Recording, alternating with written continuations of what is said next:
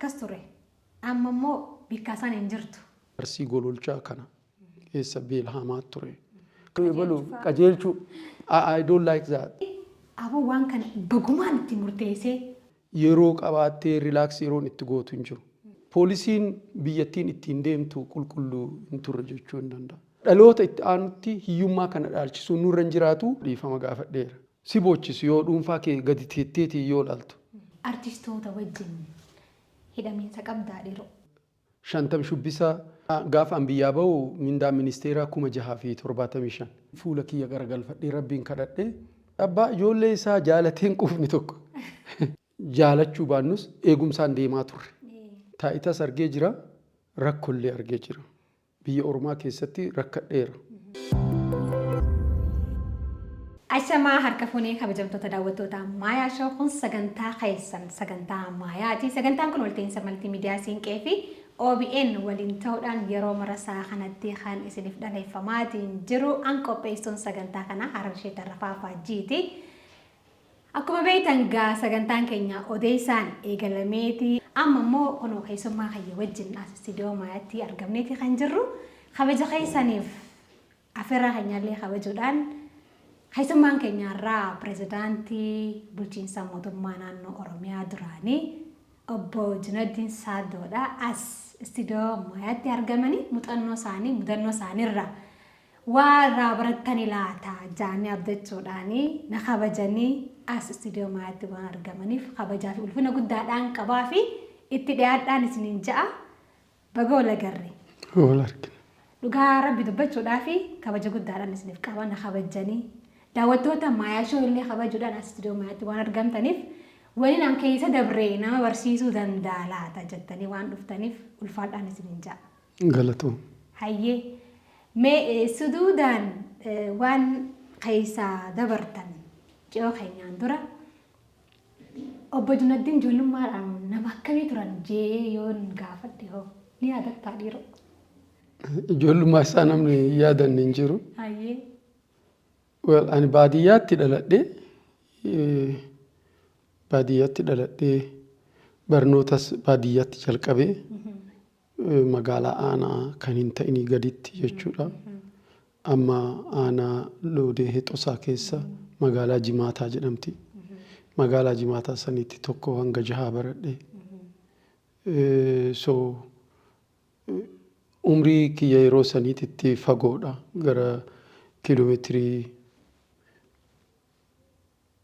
14-15 deemna miilaan deemnee barannee galla ijoollee gandaallee ni jiru akkasitti baradhee eegasii gara magaalaa siqee gara magaalaa hurutaa baadiyyaa yoggaa jiru warra kenna bira yoo jiru yeroo gannaa horiillee ni tiksa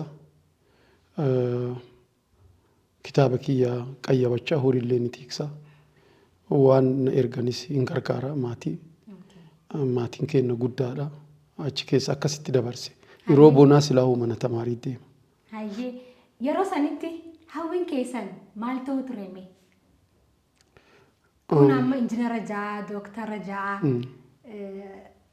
namnu akka beekummoo ati ogeessa saayinsii fi teekinooloojii irraa hanga pirezidaantummaatti biyya kana tajaajiltee jirta. Niyyaan kan kee maal ture? Ani yeroo sanitti garuma saayinsii kana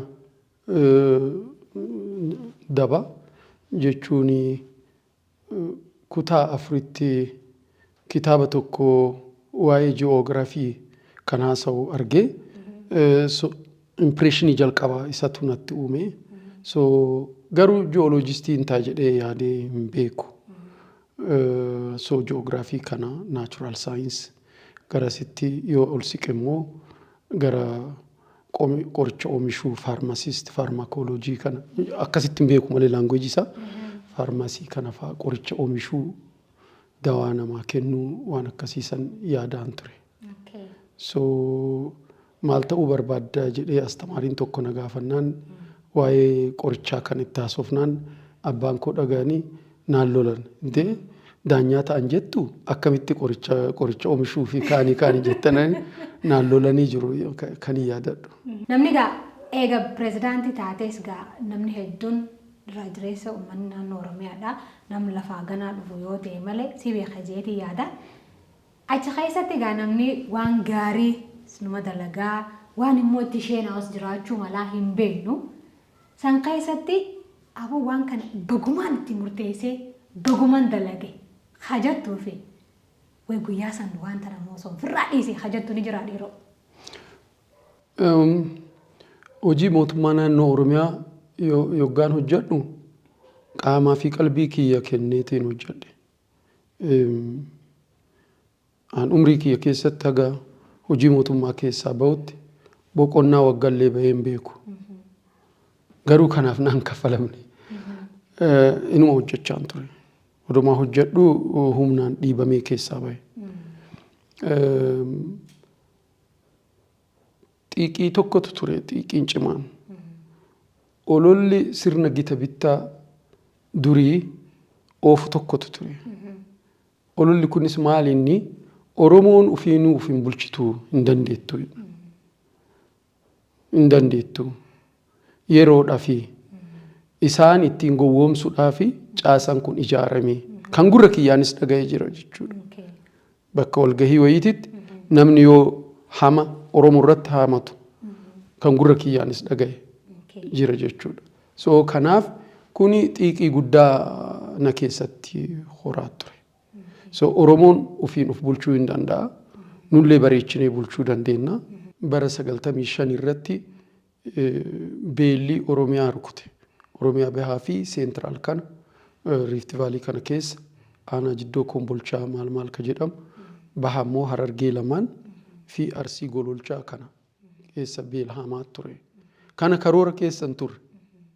So waan karoorfatanii fi hin hojjedhu jechuu hin dandeettu. So hojii karoorfanne hojjechaa rakkoo uumame kana rakkoo guddaadha. Uummata miliyoona 3.8 beela'e naannoo keenya keessatti.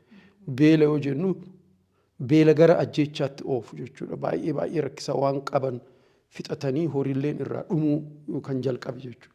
So isa kanafaa karoora keessa kan hin turre waggaa 2 baay'ee biizii kan godhe hojii keenya kan misoomaa caalaa tokko beela kana akka namni baay'een odoo hin dhumanne baraaruu dandeenyu harka tokkoon lafa jiidhina qabu lafa Oromiyaa kan birootitti uummata godaansifnee qubachiisa harka tokkoon immoo naannoo beelli rukute kan deebifnee rehabilitate godhu soil and water conservation ka jedhu maagada gaara hundarratti ijaarree bishaan akka hin dabarre bishaan akka lafa seenu bishaan lafa seenu biqiltuun akka biqilu kuduraa muduraa gaara jalatti akka guddisuu danda'an jiidhinni yeroo hundaa'u gaarreen keenya keessa akka hin dhabamne sochii guddaadha kan godhaa turre jechuudha. So hojiiwwan karooraan hojjetamanis hangumni keenya danda'etti hojii hundaayyuu akka gaariitti hojjannee jirra. Kana keessatti gaa namni waan tokko irratti yoggaa stressed taatu yoo hojiin sitti baay'atu waan jettuu fi waan dubbattu keessatti wanni mucucne afaanii faa jiraachuu ni mala. Malee an intentionii kiyya keessatti uumaa kiyyaanis hojii irratti dhiibbaan hanga dhufnetti namni hojii hojjechuudhaaf akka yoo cillaa'ifatee na dura dhaabbatee natti hin tolu. I want to move. Har'allee kaleessallee akkasuma borus akkasuma. Hojiin akka hojjetamu barbaada. Maali humni qusannu hin jiru. Humni qusannee yookiin mooratu nutti ba'a. Moorri nutti ba'u kun dhukkuba fida. Nullee beekumsa keenyas odoo uummataaf hin gumaachin odoo biyyaaf hin gumaachin dulloomutu dhufa hin duuna. So kanaaf resource itti fayyadamu yeroo itti fayyadamu humna keenya itti fayyadamuun barbaachisaadha waan jedhuuf hojii push godhaan. Hojii bira taa'ee xalayaa irratti xalayaa jiraamiin beeytame xalayaa akka namataa miila isii ol garagalchanii ebboo ebaluu qajeelchuu I don't like that. Yoo qajeelchellee immoo daddafee bilbilaanis jala deemaa qaamaanis jala deema wanni sun raawwatamuu qabu. Hayya kabajamtoota daawwattoota maashan ka'u daawwachaa jirtan sagantaa maatii sagantaan kun walta'iinsa maltiimiidiyaa siinqee fi OBN wajjin ta'uudhaan kan isiniif dhaleeffamaatiin jiru an qopheessuun sagantaa kana Harashee Tarafa Faajjiiti. Keessummaan kiyyaarraa ammoo waa'ee durraa barachaa akka jirtan abdii guddaadhaan qaba. Kabajamoo obbo Junaddiin Saaddoo pirezidaantii bulchiinsa mootummaa naannoo Oromiyaa duraaniitii kan turanii UTV Maayaa TV show like subscribe share gochuu hin dagatinaan isinin jaa sagantaan keenya ammallee tuufaa itti dhiyaadhaan isinin jaa. Hayyee hedduu bareedaadha. Namni gaa akkuma irraa haasawte kana waan bareedaas nama dalagaa waan itti isheen osoo takkammoo yoo jiraate ta'ee je'ee harraawwate osoo hin taane hojuma san keessatti nama deemutu gufata kaafufullee ni haa akkasii jechuudha akkasittiin irraa hubadhe amma almost yeroo sanitti namni gaardiidhaan deemaa keessattuu pirezidaantii ta'eetii miti namni seektara mootummaa tokkollee hogganu laayyootti hin argamu nama san argachuuf xiqqashoo rakkisaadha. Yeroo san akkas ture amma immoo bikka san hin jirtu. Garaagarummaa jiru mee akkamii ibsita? Hawaasa keessatti tarii yeroo san taaziyaa dhaquunis ka maatii ka gosaa ta ollaa dhaquun miti maatii ijoollee fiitiifuu yeroo dhabuutu maluu danda'a. Amma mee akkamii jiraachuu jirtamee? Ebaluu si haa jaalatuuf namni si haa onno jedhuuf himi. Isnaan kuni hojii itti amantee uummanni kun gadadoo keessaa ba'uu qaba. Hiyyummaan biyya teenya keessa jiru hiyyummaa Afrikaa keessa jiru oli. Baay'ee rakkattu biyyi keenya. An biyya keenya kan madaalu baadiyyaa yoo taate guutuu baadiyyaa keessoo biyya qarqararra ka jiru gammoojjii keessa ka jiran. Biyya karaa hin qabne, biyya hospitaala hin qabne, hospitaala dhiisii xeenaa xaabiyaa hin qabne, bishaan dhugaatii hin qabne. Biyya akkanaati. Biyya haawwoleen da'umsa irratti itti du'anidha. Biyyi keenya gara magaalaatti yoo dhuftu immoo magaalaa warra naggaadee fi warra gugurdaa kan odoo hin ta'in shaantii taa'uun bakka namni zoor jedhee isaan hin laalle bishaan torbaanitti torbaan lamatti bishaan hin argatan. Manni fincaanii ganda keessa hiyyummaa gadadoo amma Takla Hayimaanut yaadatta? Takla Hayimaanut duraanii Finfinnee keessa safara Takla Hayimaanut jedhamu jabaan beektu baay'ee wanna nama gaddisiisudha. Jiruu akkanaa kana jijjiiruun hin danda'ama waan jedhu kanaaf dhaloota itti aanutti hiyyummaa kana dhaalchisuun nurra hin jiraatu ka jedhu kana bal'inaan fiigichaan hojjechaa turre. So kanaafi boqonnaan hin jiru jechuu barbaade. Yeroo sanitti boqonnaan hin jiru. Taaziyaa jette garuu taaziyaa namni guddaan yoo du'e gara biyyaatii magaalaa kana keessaa Adaamaa kana keessaas namni gurguddaa yoo du'e akka ta'ellee ta'u guyyaa qabriillee yoo dadhabe galgala nan dhufa ture. Inuman dhaqaa. Cidha yeroo baay'ee hin danda'u. Finfinnee keessattis as Oromiyaa keessattis cidha yeroo aangorra jiru cidha muraasa beekan. I can't remember. Baay'ee muraasa kan hin dhaqe. Garuu immoo hawaasa sanii yookiin bilbilaan yookiin waan tokkoon yookiin ergaa erguudhaan yookiin geegessaa jennaan amma biyya Arsiitti yoo namni du'e waa maallaqa wayii birrii 500 birrii 1000 baaftee geegessaa ergite akkas godhaa ture. Jaalachuu baannus eegumsaan deemaa turre. Amma akkamiin jedhanii namni sanbaree hoggaanii fi namni tokko gaa ani amma haal waliigalaarraa haumsa godhadheetiin gaafii kanaasiif dhaleesse hoggaanii fi aangorraa ture aangorraa gizee gabbu'ee hawaasa keessatti deebi'ee dalagumaa dalagachuu nama hin dandeenye jira. Kanaafi namni isinirraa waa barataa laata jeetiin kana haasa'ee jira. Bareeda. Bareeda ani erga taayitarraa ka'ee gara biyya alaatitti baqaan deemee booda taayitas argee jira rakkollee argee jira. Biyya Oromaa keessatti rakkadheera. Baay'ee rakkadhee jiraadhe. Rabbii kana fuula kiyya garagalfadhee rabbiin kadhadhee rakkoo yeroo san nurra ga'ee anaa fi maatii kiyya irra ga'ee san keessaa akka na baasu tasgabbiidhaan suduudhaan qalbii kiyya gara rabbiitti jijjiire. Gara rabbiitti jijjiireennaan tasgabbaa'uu jalqabe. Rakkoo siyaasaa san keessatti namoonni ta'e jedhanii miidhaa walirratti adeemsisuun tureera. Miidhaa san warra adeemsisillee fan dhiifama godhe.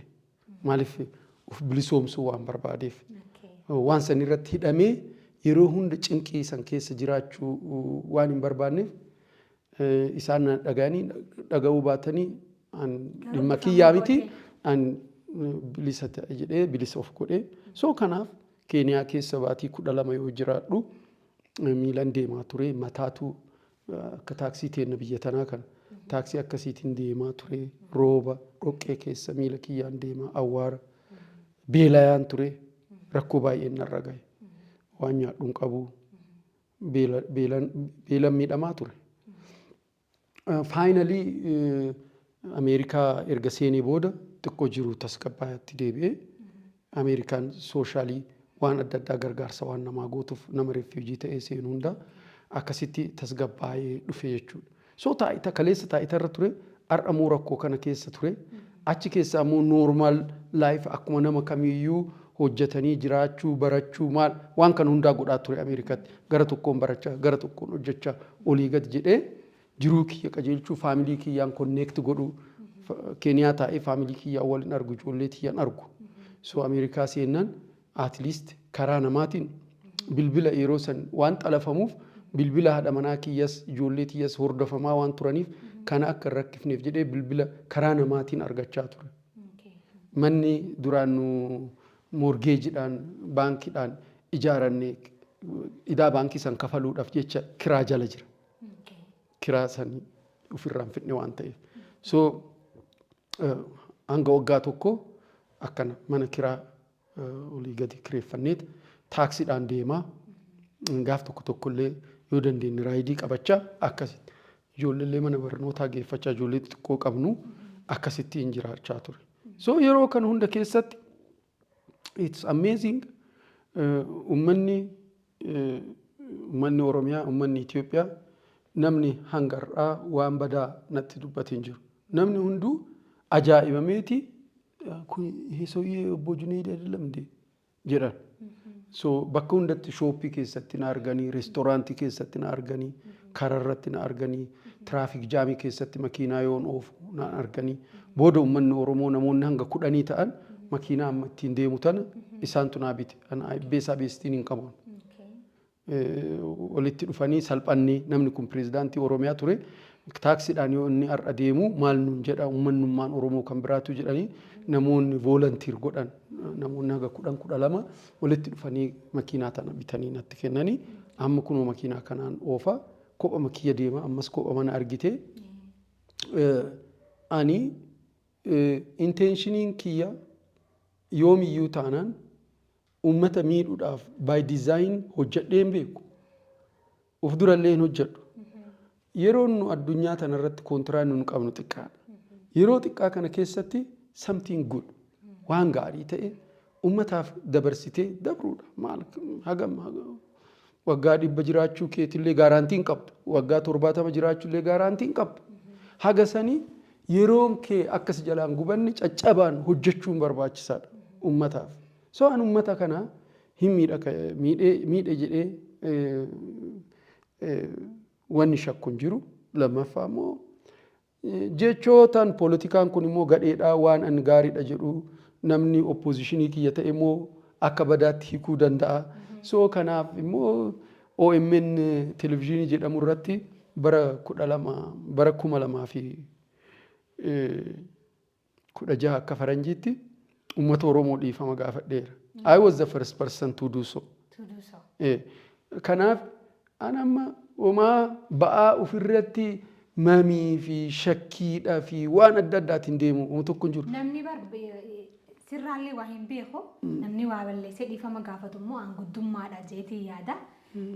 Dhugaa dubbachuudhaaf anuu akka nama dhuunfaatti gaafan Harar baradhu high school ta'ee Ariyaamuu barattoota yuunivarsiitiidhaan wal qabate hanga ijoollee gisee san si hin beeku garuu nama Junayddiin obbo Junayddiin jaamu kun haanuu dhufu jechaa turre jechuudha. Dhugaa dubbachuudhaaf maal inni nuti hin beeknu dhugaa ta'uu danda'a dhugaa ta'uu dhiisuu mala an dhimma kanallee yeroo hedduu irra deddeebitee waan haasawituuf akka waliigalatti namni anumti amma umri hayya kanaan osoon kana hin goone silaa gaarii ture.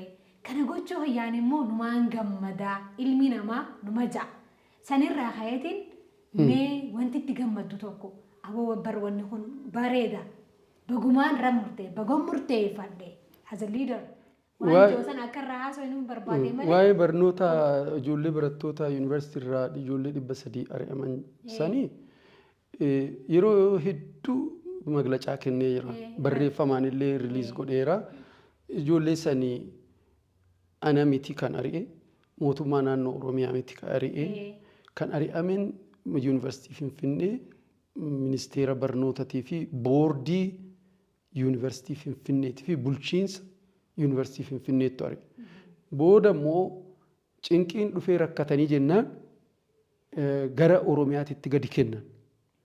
Rakkoon dogongorri kenna akka dhaabbata dimookiraasummaa uummata Oromootti akka mootummaa naannoo Oromiyaatti waan ofii jalqaban san ofii isaaniitii dubbatanii fixuu qaban ture malee nu irraa fuudhuun nurra hin turre. Tokko kan lammaffaa achi keessatti anis dhiifama gaafadhe tokko bara 2016 akka faranjiitti dhiifama kan gaafadhe achirratti saniin durallee magaalaa Adaamaa kanatti ijoollee yuunivarsiitii baatu bara 97 dhumarratti waggaa leenjifnu ijoollee wajjinis waliin dubbanne ijoolleen gammadanii likkii malee gammadanii addaan baane. Maglacaa kennaa turre akka dhaabatatti dura ani akka maglacaa irratti kennu itti aansee dura taa'an dhaabaa obbo Abbaa Duulaa akka kennan waliin dubbannee waajjira dhaabaa keessatti an deemee kenne jechuudha. So wanni jenne maali? Ijoolleen kuni yuunivarsiitii pireezidaantii yuunivarsiitii hoosteej godhanii akka mayaajaatti qabamee marfamee namichi akkan sochoone godhamee poolisiin kaampaasii gad lakkisiisuu dadhabee hanga poolisiin alaa kan mootummaa waamamee seenutti jedhamee nutti hima. Informationiin gara federaalaatirraa nutti dhufe kana. Kana godhuun isaanii dogongoraan jedhe. Kana wanni an dubbadhe. Kanaaf ari'amanii ijoolleen kunii jedhe malee anatu ari'ee miti. Nun ariine. So kanaaf mucuca afaaniit irratti waan dudubbannu keessatti gaa siyaasaa yeroo tokko waan dubbiinis waan siin deemtu hin jirti. San jechuun narra hin turre. San jechuun narra hin turre ijoollee tana simpataayiz. Isaan ari'amanis an deebisuu hin danda'u baay'ee. Deebisuu hin dandeenyu. Mootummaa federaalaatti kan ari'e deebisuu hin dandeenyu. So suni akka dogongoraatitti wanna fudhatamuu qabu kanas admiit godhee dubbadhee jira jechuu barbaadeeti. Hayyee hedduu bareedaadha. Hayyee haa kabajamtoota daawwattoota Maayaa Shoo kan daawwachaa jirtan sagantaa Maayaati. Turtii taasisaa jirruun waa hedduu irraa akka barachaa jirtan abdii guddoodhaan qaba. Sagantaan keenya ammallee itti fufaa.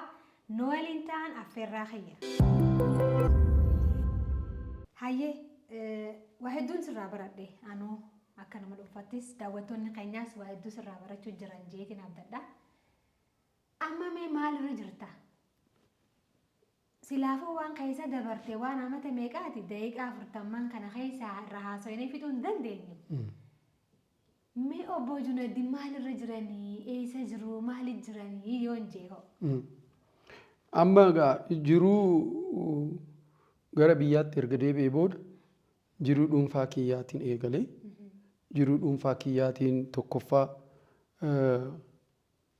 soorama akka mootummaan na baasu mootummaan gaafadhee maaliif galiin qabnu ture waan nyaannu iyyuu hin qabnu so maybe xurataa tanarrallee yoo arganneedhe xurataa kiyya kabachiisee itti aansee projektii adda addaa akka nama hojii keessa ture tokkotti projektii addan si qote mindaan keessan yeroo san meeqa ture mee na yaadachiise. Gaafa an biyyaa bahu mindaan ministeeraa 675 birrii 600 fi birrii 75. Ajaa'iba hayyee. Aganuma ture. So xurataan kiyyas ka yeroo saniitiin ka gaafa biyyaa bayuutiin ka waggaa 10 dura biyyaa bayuutiin hirrigama. Achirratti komii qaba mootummaan naa laaluu irra jira ture jaaladheeti miti kan deeme dhiibameeti biyyaa bahe waan ta'eef mootummaan naa laaluu irra jira ture. Haa ta'uuti xurataan kiyya birrii 2800 kanaan xurataa bahe. In fact ijoolleen ani barsiise ijoolleen an hoggane namni hedduun isaa xurataan isaanii kan xurataa bayan kan umrii kiyya qaban 15,000 20,000 fudhatu xurataa. So ani 2,000 amma xiqqoo mootuu waggaa waa irratti dabalamti gara 3,000 moo 4,000 geetteerti. So I don't mind nagaa jiraachuu caala. San booda ani hojii adda addaa jalqabuudhaaf hamilee gurguddaa qabaa ture barnoota irratti jalqabuudhaaf misooma adda addaati irratti including baankii shaggar dhaabna jennee sochii gurguddaa goone turre. Baankiin shaggaris hin taane mootummaan nu walakkaa erga geenne booda duraan baankii miliyoona 500 dhaabbata booda biliyoona 5tti ol kaasee biliyoona 5 yoo ta'u haala yeroo san biyya teenya keessa ture koronaa wajjii wal qabatee haala nageenyaa bakkee tokko deemtee mobilaayiz uummata gootee montaarboo hidhattee maal jettee qarshii walitti guuruun kunis rakkoo ture soo hin danda'amne kanaan baankiin sun addaan cite piroojeektiiwwan kan barnoota illee sababa adda addaatiin addaan cite hojii qonnaallee jalqabuudhaaf yaada gurguddaa qaba ammallee taanan yaada hedduu qaba maaliif hooggansa mootummaa naannoo Oromiyaa keessa fi federaala keessas kaabinee mootummaa keessa hoggaan ture biitu maal barbaaddi ikoonomiin biyya tanaa maal barbaada seektara kamtu irra daddafee guddata seektara kamtuyyuu piroofitii riitarnii guddaa qaba kan jedhu kan hundi isaanan beeka so hojii kana hojjechuun hin danda'ama jedhee ta'uu yaaduuf fedhii guddaa qaba so akka fedhii kiyyaatti hundi isaatu naan deemne haa ta'u malee jiraachuudhaaf jennee hojii kiyya ka bishaanii ka duriititti deebi'ee amma kaampanii xiqqoo tokko ijaarree Goya Global Engineering jedhama isaan hojii ijaarsa bishaanii qorannoof diizaayinii bishaan dhugaatii jallisii hidhaa lagaa daams ka jennu kana irratti konsaltaantii ta'ee tan hojjechaa jira reefuu waggaa 3 amma hojiin kun erga jalqabame. Hedduu bareedaadha Rabbiin sin faamil keessan jaa mee aartii fi aartistoota wajjin hidhamiinsa qabdaa dhiiroo wallee fa'aa dhaggeeffachuu turte yaadannoo akkasii qabdaa yoon irraa siyaasisiisi. Adeeroo Ali Birraa fa'aa yoo kaasne adeeroo Shantanfaa yoo kaasne yeroo hedduu irraa siyaasa'anii. Dhugaadha. Karra haasawaa fedhe.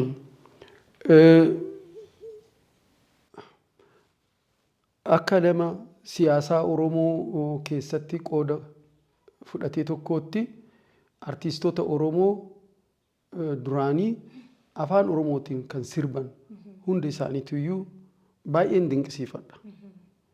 Some of them tokko si bochisu yoo dhuunfaa kee gadi teetteetii yoo ilaaltu yoo caqaftu amma fakkeenyaaf Asallaa High School yoggaa baradhu Black and White ture televizyinii yeroo san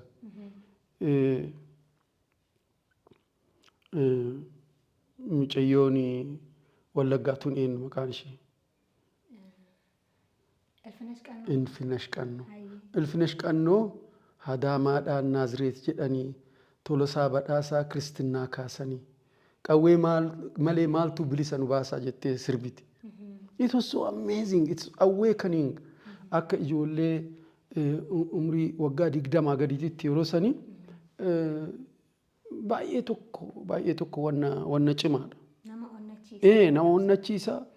Consciousnessiin jarri kun namni warra aartii kana warruma sirbeetuma ragadee shubbiseetuma addaan galuu itti fakkaata. Some of them are highly conscious. Tokkoon isaanii socially politically very conscious, very deep consciousness qaban. Sammuun isaanii dammaqee jira fagoo hawaasa dura.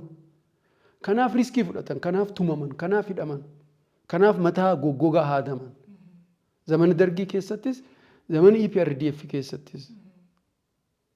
So kanaaf aartii kan ilaalu ani mirga uummata Oromootii fi qabsoo uummata Oromoo wajjin walitti qabsiiseeti kan laalu.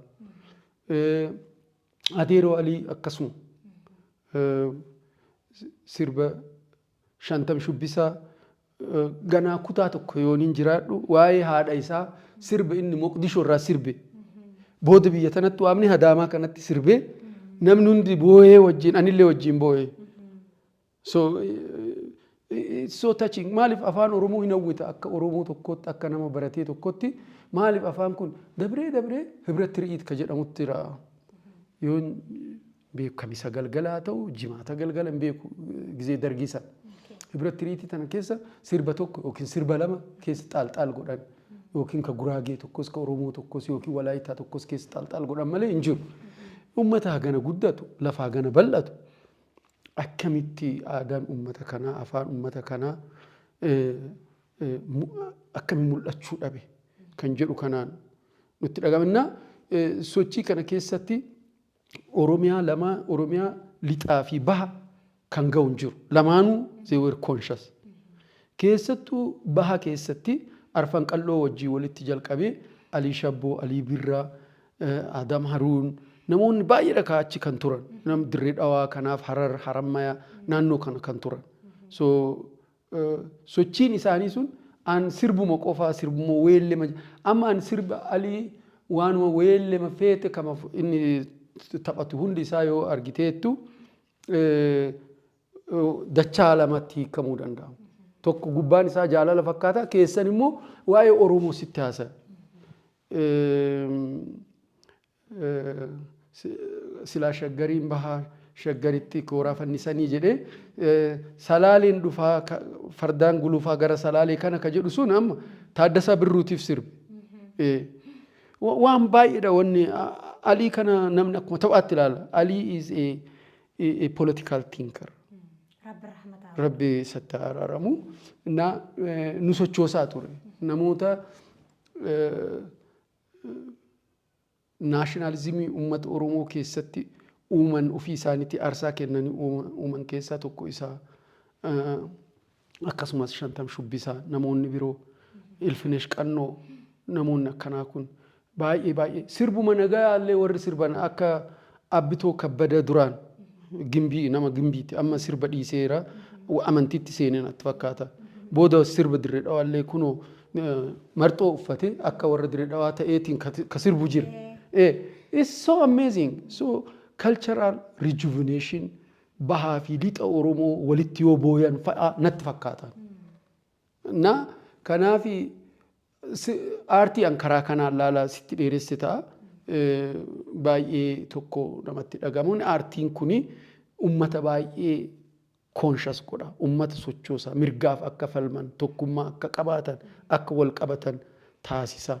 Namoonni aartistoonni baay'een isaanii yeroo isaanii malee warra dammaqanii nu dura deemanii jechuu barbaada. Hayyee akka maayyitti abba Dunajin abbaa akkamiiti maatii keessatti ibsi yooniin siin jedha jecha tokkoon akkamitti ibsita? Abbaa ijoollee isaa jaalateen qufni tokko tureetiin ijoollee argadhe my first born umriin kiyya 36 yoggaan ga'u argadhe Diinaa jedhamti amma Ameerikaa jirti. Innaa ijoollee tana turee argachuudhaan illee ni jaaladha. Lammaffaa immoo yeroo ijoollummaa isaanii san isaan irraa dhiitee fincaan irraa dhiitee qabattee wajjin taphachee alas gadi babbaasuu hin dandeenye. Amma gizee Oromiyaa jiru san guyyaa 4 fa'aatti wal argina.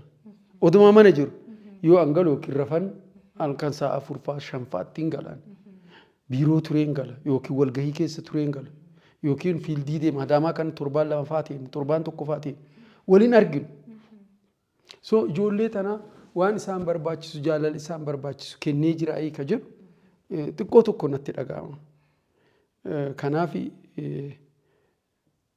ijoollee nagaa ijoollee wal jaalanna akka malee jaaladhaani barnoota isaaniitti irratti akka ciman biyyaaf akka yaadan ufirra dabranii ollaaf biyyaaf akka yaadan akkasittiin tokkummaa uummataa keessatti namooma keessatti hawaasummaa keessatti akka gahee isaan xiqqoo isiin saalfatu kunu isolated taanee hojii mana mootummaa gaa waardiyallee ni jira yoo deemtullee boodigaardiin kun ka duratti jette kanatu geessami. Kanaaf yeroodhaan hawaasatti makamne ijoolleen kun xiqqoo isiin sasaalfatu. So kana amma keessaa mulqinee akkasitti bakka taaziyaallee qabannee dhaquu bakka cidhallee qabannee dhaquu jalqabneerra. So hawaasa keessatti gahee isaanii akka bayatanii responsible citizens akka ta'an tokkoffaa akka of danda'an hawaasaaf immoo akka waa hojjetan kana beekuu akka qaban orientationii kana qabsiifna. Filannoo siyaasaa filannoo professionaalaa kanarratti murteen ka isaaniiti. Gizee isaan tiineejarii turan high school turan oduu akkana taate oduu tara taate oduu akkana taate jechuun hin dandeenye. Waggaa 20 walakkaa fa'aa 25 24 kaana yoo dhufan no amma anatu murteeffatallee jechuu waan danda'aniif mirgi ka isaaniiti. Hayyee hedduu takka bareedaadha. Akka maayyiitti bikka naan itti hanqise yeroo qabnu kana keessatti gaafa hunda haasawwan xiqqashoo nama rakkisa waan ta'eef akka maayyiitti wanni dhaammattanii yoo jiraatte haraan bana. Homaa wanni dhaamadhu hin jiru ani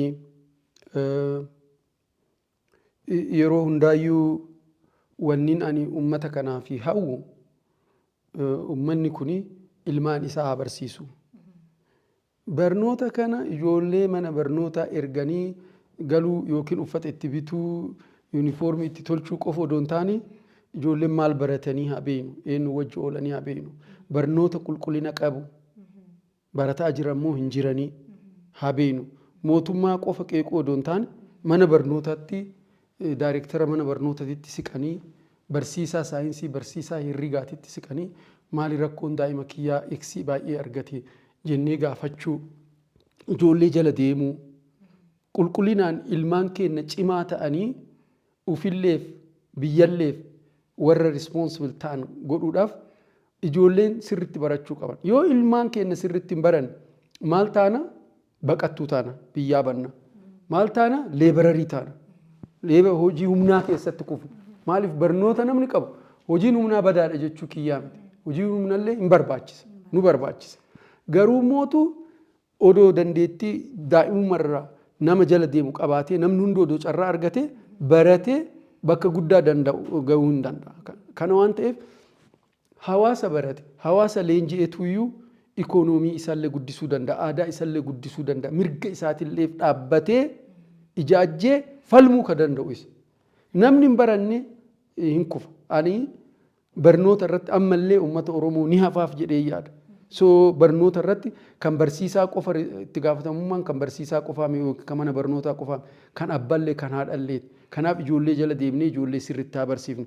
Amma kunoo maatiriikii nama baay'eetu kufaa namni baay'ee waan kufu maaliif barannaa jedhanii gara biyya Arabaatti itti baqataa jiran.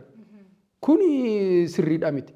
Barnoonni yoo sirriitti barannee maatiriikillee dabruu hin danda'ama. Poolisii mootummallee uf duratti laalamee kanumatu zalaalamee akkanumatti deema jedhee ittiin amanuanii hin jijjiirama jedheetuma yaada. Adada hojiin uumamuun adada industrializationii babal'atuun humni namaa barate bal'inaan waan dhufuu qabuuf mootummaan nama baay'ee barsiisee gad lakkisuu hin danda'a industiriitti jechuudha. Kanaaf qophaa'aa ta'uu qabna kanaaf ilmaan barsiifachuu qabna. Yoo yuunivarsiitiileen seenu namni hunduu yuunivarsiitii seenuu dirqamaa miti. Yuunivarsiitii asittis immoo hojii uumuun hin danda'amu. Ogummaa harkaatiin, ogummaa biraatiin nagaduudhaan waan baay'ee hojjechuudhaan dorgomuun hin danda'ama waan ta'eef ilmaan barsiifachuun baay'ee waan guddaadha jechuu barbaade. Hayyee hedduu takka galatoomii horii bulii umrii dheertuu fayyaa guutuu wajjiniin siif hawwaa nu kabajjee as istiidiyoo maayaa keessatti argamuudhaanii waan irraa barattan fudhadhaa jechuun waan argamteef hedduu takka galatoomii siin ja'a. Hayyeekaa kabajamtoota daawwattoota maayaa shokoo daawwachaatiin turtan sagantaa maayaatii ture. Sagantaan kun walta'iinsa maltiimiidiyaa siinqee fi OBN waliin ta'uudhaan kan isiniif dhaleeffamaatiin ture. An qopheessuun sagantaa kana Harrisheetta Rafaa Faajjiitiin ture. Bakka jirtan maratti nageetiin sinjaa hamma torbaanitti torbaan gaarii sin jechuu hiyyaan dura YouTube Maayaa TV show like subscribe share gochuu hin dagatinaan isiniin ja'a. Keessummaa hiyyaarra waliin ta'ee kanin waa isinirraa kufudhattanii waa irraa qicattanii irraa barachaa kan turtan pirezidaantii bulchiinsa mootummaa naannoo Oromiyaa duraanii kan ta'an kabajamoo obbo Junaddiin Saaddootii turanii ulfaadhaa galatooma horaa bulaan isiniin ja'a.